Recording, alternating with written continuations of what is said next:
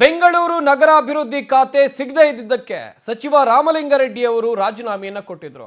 ಇದೇ ವಿಚಾರಕ್ಕೆ ಸಂಬಂಧಪಟ್ಟ ಹಾಗೆ ಸಂಧಾನ ಸಕ್ಸಸ್ ಆಯ್ತಾ ಎನ್ನುವ ಪ್ರಶ್ನೆಗಳು ಹುಟ್ಟಿಕೊಳ್ಳುತ್ತಾ ಇವೆ. ಸಚಿವ ಸ್ಥಾನಕ್ಕೆ ರಾಮಲಿಂಗಾರೆಡ್ಡಿ ರಾಜೀನಾಮೆ ವಿಚಾರಕ್ಕೆ ಸಂಬಂಧಪಟ್ಟ ಹಾಗೆ ಸಕ್ಸಸ್ ಆಯ್ತಾ ಸಂಧಾನ ಸದ್ಯಕ್ಕಿರುವಂತಹ ಪ್ರಶ್ನೆ ಇದು. ಎಲ್ಲ ನಿವಾರಣೆ ಆಗಿದೆ ಹೋಗಿ ಅಂತೇಳಿ ರಾಮಲಿಂಗಾರೆಡ್ಡಿ ಅವರು ಹೇಳಿದ್ದಾರೆ. ಅವ್ರು ಏನು ಹೇಳಿದ್ರು ಅದನ್ನೇ ನಾನು ಹೇಳೋದು. ಸಿಎಂ ಡಿಕೆಶಿ ಜೊತೆ ಸಭೆ ಬಳಿಕ ನಗುತ್ತಲೇ ಸಚಿವರು ತೆರಳಿದ್ದಾರೆ. ರಾಜೀನಾಮೆ ವಾಪಸ್ ತೆಗೆದುಕೊಳ್ಳುವ ಬಗ್ಗೆ ಯಾವುದೇ ಪ್ರತಿಕ್ರಿಯೆಯನ್ನ ರಾಮಲಿಂಗಾರೆಡ್ಡಿ ಅವರು ಕೊಟ್ಟಿಲ್ಲ. ನಿನ್ನೆ ದೊಡ್ಡ ಹೈಡ್ರಾಮಕ್ಕೆ ರಾಜ್ಯ ರಾಜಕೀಯ ಸಾಕ್ಷಿಯಾಗಿತ್ತು. ಬೆಂಗಳೂರು ನಗರಾಭಿವೃದ್ಧಿ ಖಾತೆ ಸಿಗ್ಲಿಲ್ಲ ಎನ್ನುವ ಕಾರಣಕ್ಕಾಗಿ ರಾಮಲಿಂಗಾರೆಡ್ಡಿ ಅವರು ರಾಜೀನಾಮೆಯನ್ನ ಕೊಟ್ಟಿದ್ರು. ಅವರಿಗೆ ಸಿಕ್ಕಿತ್ತು. ಒಂದ್ ಕಡೆಯಲ್ಲಿ ತುಂಬಾ ನಿರೀಕ್ಷೆಗಳನ್ನ ಅವರು ಇಟ್ಕೊಂಡಿದ್ರು. ಜಲಸಂಪನ್ಮೂಲ ಇಲಾಖೆ ಬೇಡ ಎನ್ನುವ ಕಾರಣವೊಡ್ಡಿ ರಾಜೀನಾಮೆಯನ್ನು ಕೊಟ್ಟಿದ್ರು. ಇದಾದ ಬಳಿಕ ಅವರ ಮನವೊಲಿಸುವ ಪ್ರಯತ್ನ ನಿರಂತರವಾಗಿ ಆಗಿತ್ತು. ನಿನ್ನೆ ಮುಖ್ಯಮಂತ್ರಿ ಡಿ ಕೆ ಶಿವಕುಮಾರ್ ಅವರ ಜೊತೆಯಲ್ಲಿ ಸಭೆಯನ್ನು ನಡೆಸಿದ್ದಾರೆ. ಸಭೆ ಆದ ಬಳಿಕ ಇಬ್ಬರೂ ನಾಯಕರು ಕೂಡ ನಗುತ್ತಲೇ ತೆರಳಿದ್ದಾರೆ. ಎಲ್ಲ ನಿವಾರಣೆ ಆಗಿದೆ ಹೋಗಿ ಅಂತೇಳಿ ರಾಮಲಿಂಗಾರೆಡ್ಡಿ ಅವರು ಹೇಳಿದ್ದಾರೆ. ರಾಜೀನಾಮೆ ವಾಪಸ್ ತೆಗೆದುಕೊಳ್ಳುವ ಬಗ್ಗೆ ಯಾವುದೇ ಪ್ರತಿಕ್ರಿಯೆಯನ್ನ ರಾಮಲಿಂಗಾರೆಡ್ಡಿ ಅವರು ಕೊಟ್ಟಿಲ್ಲ. ಯಾವುದೇ ಕಾರಣಕ್ಕೂ ನನಗೆ ಜಲಸಂಪನ್ಮೂಲ ಖಾತೆ ಬೇಡ ಎನ್ನುವ ಹಠ ರಾಮಲಿಂಗಾರೆಡ್ಡಿ ಅವರದ್ದು. ಕೊಟ್ರೆ ಬೆಂಗಳೂರು ನಗರಾಭಿವೃದ್ಧಿ ಖಾತೆಯನ್ನು ಕೊಡಬೇಕು, ಈ ಹಠಕ್ಕೆ ಬಿದ್ದಿದ್ರು. ಹೀಗಾಗಿ ರಾಜೀನಾಮೆಯನ್ನು ಕೊಟ್ಟಿದ್ರು. ನಿನ್ನೆ ರಾತ್ರಿ ರಾಮಲಿಂಗಾರೆಡ್ಡಿ ಜೊತೆಯಲ್ಲಿ ಡಿ ಕೆ ಶಿವಕುಮಾರ್ 1-to-1 ಸಭೆ ಮಾಡಿದ್ದಾರೆ. ಜಯನಗರದ ಖಾಸಗಿ ಹೋಟೆಲ್ನಲ್ಲಿ ಈ ಮೀಟಿಂಗ್ ನಡೆಯಿತು. ರಾಜೀನಾಮೆಯಿಂದ ಹಿಂದೆ ಸರಿಯುವಂತೆ ಡಿ ಕೆ ಶಿವಕುಮಾರ್ ರಾಮಲಿಂಗಾರೆಡ್ಡಿ ಅವರ ಮನವೊಲಿಸುವ ಕೆಲಸವನ್ನು ಮಾಡಿದ್ದಾರೆ. ಸಿಎಂ ಡಿಕೆಶಿ ಮನವೊಲಿಕೆಗೆ ಸೈಲೆಂಟ್ ಆದ್ರ ಹಾಗಾದ್ರೆ ರಾಮಲಿಂಗಾರೆಡ್ಡಿ ಅವರು ಎಲ್ಲಾ ನಿವಾರಣೆ ಆಗಿದೆ ಅಂತ ಸಚಿವ ರಾಮಲಿಂಗಾರೆಡ್ಡಿ ಅವರು ಹೇಳಿದ್ದಾರೆ. ಸಮಸ್ಯೆ ಏನು ಸದ್ಯಕ್ಕೆ ಆದಂತೆ ಕಾಣ್ತಾ ಇಲ್ಲ, ಟ್ರಬಲ್ಲು ಅಂತ ನಿನ್ನೆ ಹೇಳಲಾಗ್ತಾ ಇತ್ತು. ಡಿ ಕೆ ಶಿವಕುಮಾರ್ ಅವರ ಸರ್ಕಾರಕ್ಕೆ ಸವಾಲು ಅಂತ ಬಿಂಬಿಸಲಾಗ್ತಾ ಇತ್ತು. ಆದ್ರೆ ನಿನ್ನೆ ರಾತ್ರಿ ಆಗಿರೋ ಮೀಟಿಂಗ್ ಬಳಿಕ ನೋಡ್ತಾ ಹೋಗೋದಾದ್ರೆ ಎಲ್ಲಾ ಸಮಸ್ಯೆಗಳು ಶಮನ ಆದಂತೆ ಕಾಣ್ತಾ ಇದೆ. ನಿನ್ನೆ ರಾತ್ರಿ ರಾಮಲಿಂಗಾರೆಡ್ಡಿ ಅವರ ಜೊತೆಯಲ್ಲಿ ಮುಖ್ಯಮಂತ್ರಿ ಡಿ ಕೆ ಶಿವಕುಮಾರ್ ಅವರು 1-to-1 ಸಭೆ ಮಾಡ್ತಾರೆ. ಜಯನಗರದ ಖಾಸಗಿ ಹೋಟೆಲ್ನಲ್ಲಿ ಡಿಕೆಶಿ ಮತ್ತು ರಾಮಲಿಂಗಾರೆಡ್ಡಿ ಅವರ ಮೀಟಿಂಗ್ ಆಗೋದು. ಈ ಮೀಟಿಂಗ್ನಲ್ಲಿ ಕೆಲವೊಂದಿಷ್ಟು ವಿಚಾರಗಳ ಕುರಿತು ಪ್ರಮುಖವಾಗಿ ಚರ್ಚೆ ಮಾಡ್ತಾರೆ. ಇಬ್ಬರು ಕೂಡ ಈ ಹಿಂದಿನಿಂದ ನೋಡಿಕೊಂಡು ಬರೋದಾದ್ರೆ ಇಬ್ಬರ ನಡುವೆ ಉತ್ತಮವಾದ ಬಾಂಧವ್ಯ ಇದೆ. ಅದು ಡಿ ಕೆ ಶಿವಕುಮಾರ್ ಮತ್ತು ರಾಮಲಿಂಗಾರೆಡ್ಡಿ ಅವರ ನಡುವೆ. ಆದರೆ ಸಭೆಯಲ್ಲಿ ಪ್ರಮುಖವಾಗಿ ಕೆಲವೊಂದಿಷ್ಟು ವಿಚಾರಗಳ ಕುರಿತು ಚರ್ಚೆ ಮಾಡಲಾಯಿತು. ಆ ವಿಚಾರ ಏನು ಅಂತ ಹೇಳಿದ್ರೆ, ನೀವು ರಾಜೀನಾಮೆ ನಿರ್ಧಾರದಿಂದ ಹಿಂದೆ ಸರಿಬೇಕು ಅಂತೇಳಿ ಡಿ ಕೆ ಶಿವಕುಮಾರ್ ಅವರು ರಾಮಲಿಂಗಾರೆಡ್ಡಿ ಅವರ ಬಳಿ ಕೇಳ್ಕೊಂಡಿದ್ದಾರೆ. ಸಿಎಂ ಮನವೊಲಿಕೆಗೆ ರಾಮಲಿಂಗಾರೆಡ್ಡಿ ಅವರು ಸೈಲೆಂಟ್ ಆದಂತೆ ಕಾಣ್ತಾ ಇದೆ. ಎಲ್ಲ ನಿವಾರಣೆ ಆಗಿದೆ ಅಂತ ಸಚಿವ ರಾಮಲಿಂಗಾರೆಡ್ಡಿ ಅವರೇ ಹೇಳಿದ್ದಾರೆ. ಕಾದು ನೋಡಬೇಕು ಮುಂದೆ ಏನಾಗಬಹುದು, ಏನು ಮನವೊಲಿಕೆ ಆಗಿದೆ ಅಲ್ಲಿ ಅಂತೇಳಿ. ಈ ಬಗ್ಗೆ ಇನ್ನಷ್ಟು ಮಾಹಿತಿಯನ್ನು ಕೊಡ್ತಾರೆ ನಮ್ಮ ಪ್ರತಿನಿಧಿ ಶಶಿಧರ್. ನೇರ ಸಂಪರ್ಕದಲ್ಲಿ ಜಾಯ್ನ್ ಆಗ್ತಾ ಇದ್ದಾರೆ. ಶಶಿಧರ್, ನಿನ್ನೆ ರಾಜ್ಯ ರಾಜಕೀಯ ದೊಡ್ಡ ಹೈಡ್ರಾಮಕ್ಕೆ ಸಾಕ್ಷಿ ಆಗಿತ್ತು. ಒಂದ್ ಕಡೆಯಲ್ಲಿ ಸಚಿವ ರಾಮಲಿಂಗಾರೆಡ್ಡಿ ಅವರ ಮುನಿಸು ಏನಾಗಬಹುದು, ಇದು ಸರ್ಕಾರದ ಮೇಲೆ ಎಫೆಕ್ಟ್ ಬೀಳಬಹುದಾ ಎನ್ನುವ ಚರ್ಚೆಗಳು ಕೂಡ ಹುಟ್ಕೊಂಡಿತ್ತು.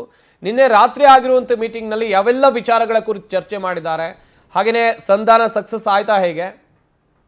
ಸಂಪತ್, ರಾಮಲಿಂಗಾರೆಡ್ಡಿ ರಾಜೀನಾಮೆ ಕೊಟ್ಟರೂ ಕೂಡ ಸರ್ಕಾರಕ್ಕೆ ಯಾವುದೇ ರೀತಿಯಂಥ ತೊಂದರೆ ಆಗೋದಿಲ್ಲ. ಯಾಕೆ ಅಂತಂದರೆ ಸರ್ಕಾರ ಬೀಳುವಂಥ ಪರಿಸ್ಥಿತಿಲಿಲ್ಲ, ಯಾವುದೇ ರೀತಿಯಂಥ ಆಪರೇಷನ್ಸ್ ಕೂಡ ನಡೀತಿಲ್ಲ. ಮತ್ತು ಏನು 114 ಜನ ಇಲ್ಲ 115 ಜನ ಶಾಸಕರಿದ್ದು ಸರ್ಕಾರ ರಚನೆ ಆಗಿದ್ದರೆ ಅಂಥ ಸಂದರ್ಭದಲ್ಲಿ ಅಯ್ಯೋ ಅಂತ ಹೇಳ್ಬಿಟ್ಟು ಭಯ ಬೀಳುವಂಥ ಪರಿಸ್ಥಿತಿ ನಿರ್ಮಾಣ ಆಯಿತು. ಆದರೆ ಇವಾಗ ಸುಮಾರು 140 ಜನ ಶಾಸಕರಿದ್ದಾರೆ, ಹಿರಿಯ ಶಾಸಕರಿದ್ದಾರೆ, ಸಾಕಷ್ಟು ಜನ ಪ್ರಭಾವಿಗಳಿದ್ದಾರೆ, ಮತ್ತು ಹಿರಿಯ ಮಾಜಿ ಸಚಿವರು ಕೂಡ ಒಂದಷ್ಟು ಜನ ಆಕಾಂಕ್ಷಿಗಳಿದೆ. ಈ ಕಾರಣದಿಂದ ನೋಡೋದಾದರೆ ಸರ್ಕಾರಕ್ಕೆ ಯಾವುದೇ ರೀತಿಯಾಗಿ ತೊಂದರೆ ಆಗೋದಿಲ್ಲ. ಆದರೆ ಯಾವ ರೀತಿಯಾಗಿ ತೊಂದರೆ ಆಗುತ್ತಂದರೆ, ಮುಂದೆ ಬರುವಂಥ JBA ಚುನಾವಣೆ ಆಗಿರ್ಬೋದು, ಆ ಜಿಲ್ಲಾ ಪಂಚಾಯತಿ ತಾಲೂಕ್ ಪಂಚಾಯತಿ ಚುನಾವಣೆ ಆಗಿರ್ಬೋದು, ಅದೇ ರೀತಿಯಲ್ಲಿ ಕೂಡ ಮುಂದೆ ಬರುವಂಥ ಏನು ಬೆಂಗಳೂರಿನಲ್ಲಿ ಸುಮಾರು 28 ವಿಧಾನಸಭಾ ಕ್ಷೇತ್ರಗಳಿದೆ. ಆ 28 ಕ್ಷೇತ್ರಗಳಲ್ಲೂ ಕೂಡ ರಾಮಲಿಂಗಾರೆಡ್ಡಿ ಅವರ ಹಿಡಿತ ಸಾಕಷ್ಟು ಪ್ರಮಾಣದಲ್ಲಿದೆ. ಯಾಕಂತಂದರೆ BTM ಲೇಔಟ್ ಆಗಿರ್ಬೋದು, KR ಪುರಂ ಆಗಿರ್ಬೋದು, ಜಯನಗರ, ಮತ್ತು ಅದೇ ರೀತಿಯಲ್ಲೂ ಕೂಡ ಏನು ಬೊಮ್ಮನಹಳ್ಳಿ, ಈ ಒಂದು ಬೆಂಗಳೂರು ದಕ್ಷಿಣ, ಈ ಒಂದು ವಿಧಾನಸಭಾ ಕ್ಷೇತ್ರಗಳಲ್ಲಿ ರೆಡ್ಡಿ ಸಮುದಾಯದ ಮತದಾರರು ಸಾಕಷ್ಟು ಜನ ಇದ್ದಾರೆ.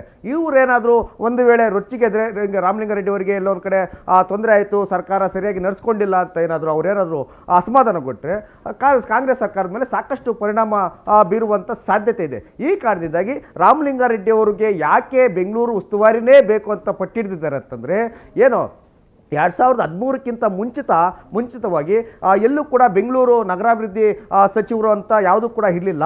ಯಾವಾಗ ಸಿದ್ದರಾಮಯ್ಯನವರು ಮುಖ್ಯಮಂತ್ರಿ ಆದರೂ ಆ ಒಂದು ಸಂದರ್ಭದಲ್ಲಿ KJ ಜಾರ್ಜು, ಇದೇ ರಾಮಲಿಂಗಾರೆಡ್ಡಿ, ದಿನೇಶ್ ಗುಂಡೂರಾವ್ ಮತ್ತು ಕೃಷ್ಣ ಬೈರೇಗೌಡ ಈ 4 ಜನ ಹಿರಿಯ ಶಾಸಕರು ಸೇರಿಕೊಂಡು ಬೇರೆ ಯಾರಿಗೋ ಬೆಂಗಳೂರನ್ನ ಕೊಡೋ ಬದಲು, ಅಭಿವೃದ್ಧಿ ಉಸ್ತುವಾರಿ ಸಚಿವರನ್ನು ಮಾಡೋ ಬದಲು ಬೇರೆ ಇಲಾಖೆಗಳಂತೆ ಬೆಂಗಳೂರಿಗೆ ಪ್ರತ್ಯೇಕವಾದಂಥ ಒಂದು ಸಚಿವರನ್ನು ಕ್ರಿಯೇಟ್ ಮಾಡಿ ಬೆಂಗಳೂರನ್ನು ಒಂದಷ್ಟು ಅಭಿವೃದ್ಧಿಯನ್ನು ಮಾಡ್ಬೋದು ಅಂತ ಹೇಳ್ಬಿಟ್ಟು ಒಂದಷ್ಟು ಡಿಮ್ಯಾಂಡನ್ನು ಇಟ್ಟಿದ್ರು. ಈ ಡಿಮ್ಯಾಂಡ್ಗೆ ಮಣಿದಂಥ ಸಿದ್ದರಾಮಯ್ಯನವರು ಸಪ್ರೇಟ್ ಆಗಿ ಬೆಂಗಳೂರು ಉಸ್ತುವಾರಿ ಮತ್ತು ಬೆಂಗಳೂರು ಅಭಿವೃದ್ಧಿ ಸಚಿವರನ್ನಾಗಿ ಪ್ರತ್ಯೇಕವಾಗಿ ಸಚಿವರನ್ನ ನೇಮಕ ಮಾಡಿದ್ರು. ಆಗ 2013ರಲ್ಲಿ ರಾಮಲಿಂಗಾರೆಡ್ಡಿಗೆ ಮೊದಲೇ ಬಾರಿ ಅಧಿಕಾರವನ್ನು ಕೊಟ್ಟರು. ನಂತರ KJ ಜಾರ್ಜ್ ಅವರು ನಮಗೆ ಬೇಕಂತಲೂ ಕೂಡ ಒತ್ತಾಯವನ್ನು ಹೇಳಿದರು. ಆಗ KJ ಜಾರ್ಜ್ ಅವರಿಗೆ ಬಿಟ್ಕೊಟ್ರು. ನಂತರ 3 ಬಾರಿ ಸರ್ಕಾರ ಬಂದರೂ ಕೂಡ ರಾಮಲಿಂಗಾರೆಡ್ಡಿ ಅವರಿಗೆ ಅಧಿಕಾರ ಬೆಂಗಳೂರು ಅಭಿವೃದ್ಧಿ ಸಚಿವ ಸಿಗಲೇ ಇಲ್ಲ.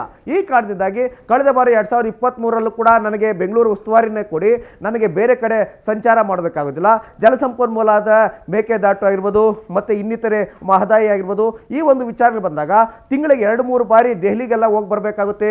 ಬೇರೆ ನಾರ್ತ್ ಕರ್ನಾಟಕ, ಹುಬ್ಳಿ, ಧಾರವಾಡ ಆ ಕಡೆ ಎಲ್ಲರೂ ಕೂಡ ಹೋಗಬೇಕು. ಮೈಸೂರು, ಮಡಿಕೇರಿ, ತಮಿಳುನಾಡು ಈ ಕಡೆ ಎಲ್ಲವೂ ಕೂಡ ಸಂಚಾರವನ್ನು ಮಾಡಬೇಕು. ಆದರೆ ಅವರಿಗೆ ವಯೋಸಹಜ ಆಗಿರೋದ್ರಿಂದ, ಮೊಣಕಾಲಿನವರಿಂದ ಬೇರೆ ಕಡೆ ಅವರು ಸಂಚಾರ ಮಾಡೋದಕ್ಕೆ ಆಗೋದಿಲ್ಲ, ಟ್ರಾವೆಲ್ ಮಾಡೋದಕ್ಕೆ. ಹೀಗಾಗಿ ಕಾರಣದಿಂದಾಗಿ ಬೆಂಗಳೂರು ಉಸ್ತುವಾರಿಯನ್ನು ಕೊಟ್ಟರೆ ಬೆಂಗಳೂರಲ್ಲಿ ಸುತ್ತಾಡಿಕೊಂಡು ಬೆಂಗಳೂರಿಗೆ ಇಲ್ಲಿ ಏನೆಲ್ಲ ಸಮಸ್ಯೆ ಇದೆ ಅಂತ ಹೇಳ್ಬಿಟ್ಟು ಇವರು ಬೆಂಗಳೂರಿಗರೇ ಆಗಿರೋದ್ರಿಂದ 8 ಬಾರಿ ಇಲ್ಲಿಂದಲೇ ಸ್ಪರ್ಧಿಸಿ ಗೆದ್ದಿರೋದ್ರಿಂದ ಬೆಂಗಳೂರಿನ ಮೂಲೆಗಳಲ್ಲೂ ಕೂಡ ಇವರ ಆಡಳಿತ ಇದೆ ಮತ್ತು ಎಲ್ಲೆಲ್ಲಿ ಏನು ಸಮಸ್ಯೆ ಇದೆ, ಯಾವ ರೀತಿಯಾಗಿ ಆ ಸಮಸ್ಯೆಯನ್ನು ಬಗೆಹರಿಸಬಹುದು ಅಂತ ಹೇಳ್ಬಿಟ್ಟು ರಾಮಲಿಂಗಾರೆಡ್ಡಿ ಅವರಿಗೆ ಇಂಚಿಂಚು ಗೊತ್ತು. ಇದೇ ಕಾರಣಕ್ಕಾಗಿ ಬೆಂಗಳೂರು ಉಸ್ತುವಾರಿಯನ್ನು ಕೂಡಿ ಅಂತ ಪಟ್ಟನ್ನಿಟ್ಟಿದ್ರು. ಆದರೆ ಮಾತು ಕೊಟ್ಟಂತ DK ಮತ್ತು DK ಬ್ರದರ್ಸು ಈಗ ಅವರೆಲ್ಲ ಒಂದು ಕಡೆ ಮಾತನ್ನ ತಪ್ಪಿದ್ರು. ಹೀಗಾಗಿ ನನ್ನ ಹಿರಿತನಕ್ಕೆ ಇವರು ಗೌರವವನ್ನು ಕೊಡ್ತಿಲ್ಲ, ನಮ್ಮದೇ ಆದಂಥ ಏನು ಪ್ರಾಬಲ್ಯ ಇದೆ, ನಾನು ಬೇಕಿದ್ರೆ DCM ಪೋಸ್ಟನ್ನು ಕೂಡ ಡಿಮ್ಯಾಂಡ್ ಮಾಡ್ಬೋದಾಯಿತು, ಇಲ್ಲ ನಾನು ಕೂಡ ಡಿಮ್ಯಾಂಡ್ ಮಾಡಿದ್ರೆ CM ಸ್ಥಾನವನ್ನು ಕೂಡ ಕೇಳ್ಬೋದಾಯಿತು. ಆದರೆ ನಾನು ಯಾವುದನ್ನು ಕೂಡ ಕೇಳಿಲ್ಲ. ನಾನು ಏನು ಕೇಳಿದ್ದು ಬೆಂಗಳೂರು ಉಸ್ತುವಾರಿ ನನಗೆ ಕೊಡಿ, ನಾನು ಇಲ್ಲೇ ಬೆಂಗಳೂರನ್ನು ನೋಡ್ಕೊಳ್ತೀನಿ ಅಂತ ಹೇಳಿದ್ದು. ಆ ಸಣ್ಣದನ್ನು ಕೂಡ ಬೇಡಿಕೆಯನ್ನು ಈಡೇರಿಸಿಲ್ಲ ಅಂದರೆ ನಾನು ಯಾಕೆ ನಿಮ್ಮ ಸಚಿವ ಇದರಲ್ಲಿ ನಾನಿರಬೇಕು, ನಿಮ್ಮ ಅಧಿಕಾರದಲ್ಲಿ ನನಗೆ ಯಾವುದು ಬೇಡ, ನಾನು ಕಾಂಗ್ರೆಸ್ನಲ್ಲೇ ಇರ್ತೇನೆ ಸದಸ್ಯನಾಗಿ, ನನಗೆ ಯಾವುದೇ ರೀತಿಯ ಸಚಿವ ಸ್ಥಾನ ಬೇಡ ಅಂತ ಹೇಳಿದ್ರು. ಈಗ ಹೈಕಮಾಂಡು ರಾಮಲಿಂಗಾರೆಡ್ಡಿಯವನ್ನ ಮನವೊಲಿಸಿ ಸೈಯನ್ ಇದೇ ಪೋಸ್ಟ್ ಅಲ್ಲದೆ ಮುಂದುವರಿರಾ ಇಲ್ಲ ಬೆಂಗಳೂರು ಉಸ್ತುವಾರಿನ ಕೊಡ್ತಾರ ಅನ್ನೋ ಕಾದು ನೋಡ್ಬೇಕಿದೆ. ಸಂಪತ್, ಥ್ಯಾಂಕ್ ಯು ಶಶಿಧರ್ ತಮ್ಮೆಲ್ಲ ಡೀಟೇಲ್ಸ್ಗಾಗಿ.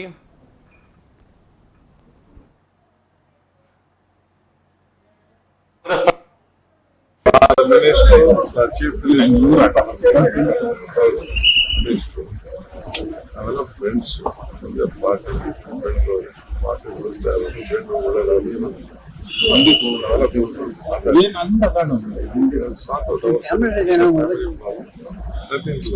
ಖಾತೆ ಬದಲಾವಣೆಗೆ ಒಪ್ಕೊಂಡಿದ್ದಾರೆ ಖಾತೆ ಬದಲಾವಣೆಗೆ ಒಪ್ಕೊಂಡಿದ್ದಾರೆ ಸರ್.